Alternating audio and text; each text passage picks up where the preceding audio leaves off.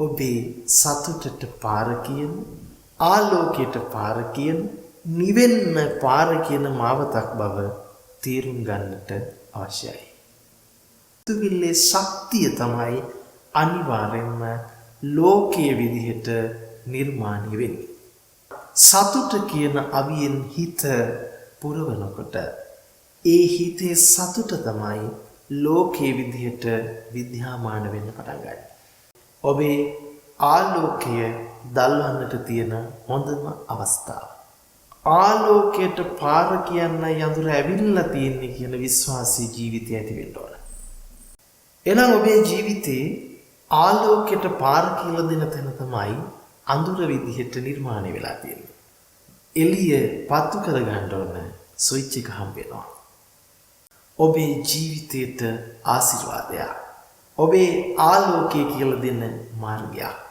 ඒ නිසා කිසිම වෙලාවක අඳුරත් එක්ක ගැටෙන්න යන්න එපා. මොකද ඕනම වෙලාවක අඳුර ලැබෙන්නේ එළියට ඉඩක් දෙන්න. අඳුර තමයි ආලෝකයට පාර කියන්නේ.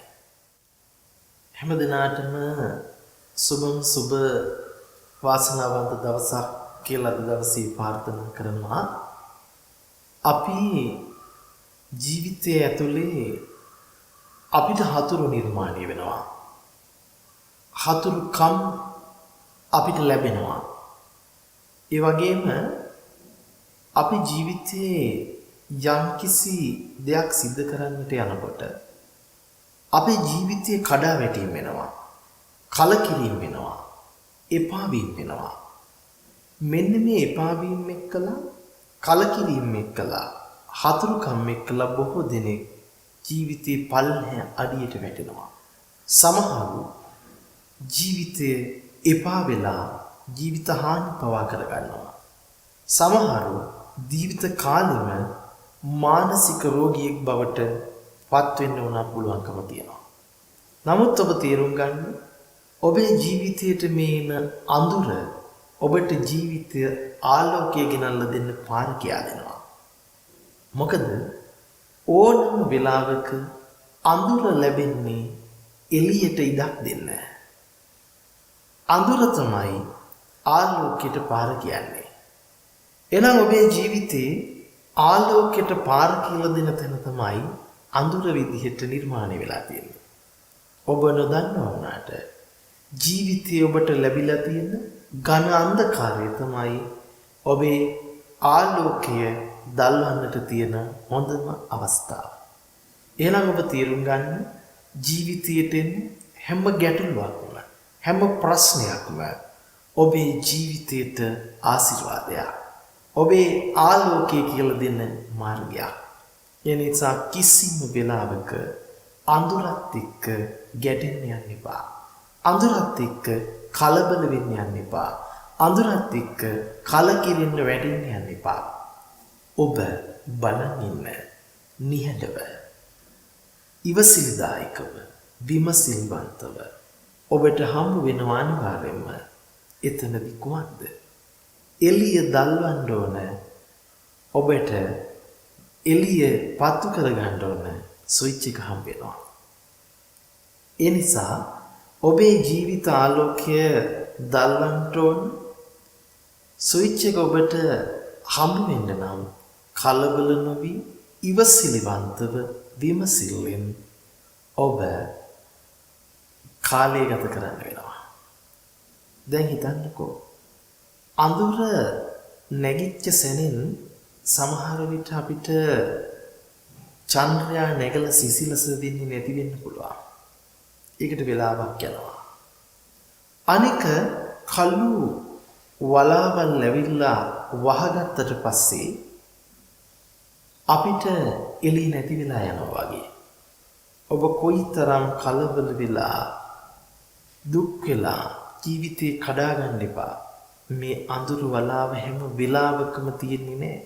මේ වලාව ඉවත් වෙලා ගිහිල්ලා එළියට ආලෝකයේ විහිදවලා අඳුර ඉවත් කරනවා වගේ ජීවිතේ ලැබෙන කඩාවැටීම්, දුක් දුන්නස් අඳුරවල් තුල අපි කිසිම වෙලාවක කලබල වෙන්න හොඳ නැහැ.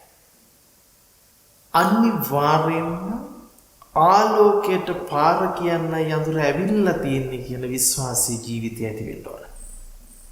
අපි හිතන්නකෝ අපි නොදන්නා වුණාට අපි ළඟ තියෙන ලොකුම අවිය තමයි මෛත්‍රිය කියලා කියන්නේ. මෛත්‍රිය කියන අවිය ඇතුළේ කිසිම වෙලාවක Tamanට ගරහා ගන්න, කඩා වැටෙන්නේ, දොස් කියාගන්නේ, පහත් විදිහට Tamanටම බැනගන්නේ නැහැ. අනුන්ට ඒ විදිහට කරන්නේ නැහැ. එහෙනම් මේ මෛත්‍රිය කියන්නේ මොකක්ද කියලා ගත්තොත් හිත ඇතුලේ සංසුන් බව සකස් කරන්නයි මෛත්‍රිය තියෙන්නේ. Taman අනුන් විදිහට මෙනෙහි වෙන්නේ මේ හිතටමයි. මේ අනුන් කියලා පෙන්වන්නේ හිතේම මෙනෙහි කිරීමක්. Taman කියලා පෙන්වන්නේ හිතේම මෙනෙහි කිරීමක්. ඒ හිත සකස් වෙච්ච තැන තමයි මමයි අනුයි නියෝජනය වෙන්නේ. එහෙනම් අපි අඳුර ඇතුලේ සම්පූර්ණයෙන්ම කලකිරෙනකොට, කඩා වැටෙනකොට, අපි අපිටම දොස්පරුස් කියා ගන්නකොට, අපි නොදන්න වුණාට අනුන්ට කියලා හරි Tamanට කියලා හරි මොන විදිහට අපි පල්හැ මට්ටමක සිතුවිලි හදනවා නම් ඒ සිතුවිල්ලේ ভাইබ්‍රේෂන් එක එහෙම නැත්නම් ඒ සිතුවිල්ලේ ශක්තිය තමයි අනිවාර්යෙන්ම ලෝකයේ විදිහට නිර්මාණය වෙන්නේ.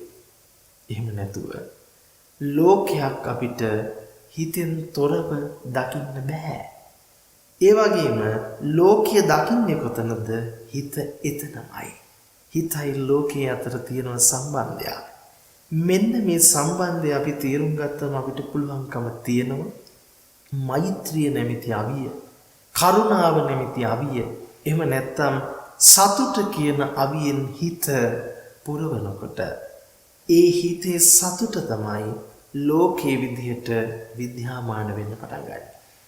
එහෙනම් අපි නොදන්නා වුණාට අපි ළඟ තියෙන ප්‍රධානතම හොඳම අවිය තමයි මෛත්‍රිය. ඇයි එහෙම කියන්නේ? මෛත්‍රිය ඇතුලේ අපි කියන්නේ මොකක්ද? නිදුක් වෙන්න ඕන, නිරෝගී වෙන්න ඕන, සුවපත් වෙන්න ඕන, සතුටින් සැනසෙන්න ඕන, නිවෙන්න ඕන කියන වදන අපි හුරු කරන්න පටන් ගන්නවා. එතකොට මේ නිවීම හුරු වෙන්න නොදන්නා වුණාට අපි ළඟ තියෙන දුක් දුම්නස් ඉවත් වෙලා ගිහිල්ලා, අඳුර ඉවත් වෙලා ගිහිල්ලා, අඳුරු වලාකුළු දෙපැත්තට තල්ලු වෙලා පුන්සඳ පායගෙන එනවා වගේ ආලෝකී ජීවිතයට පායගෙන එනවා එක සත්‍යයක්.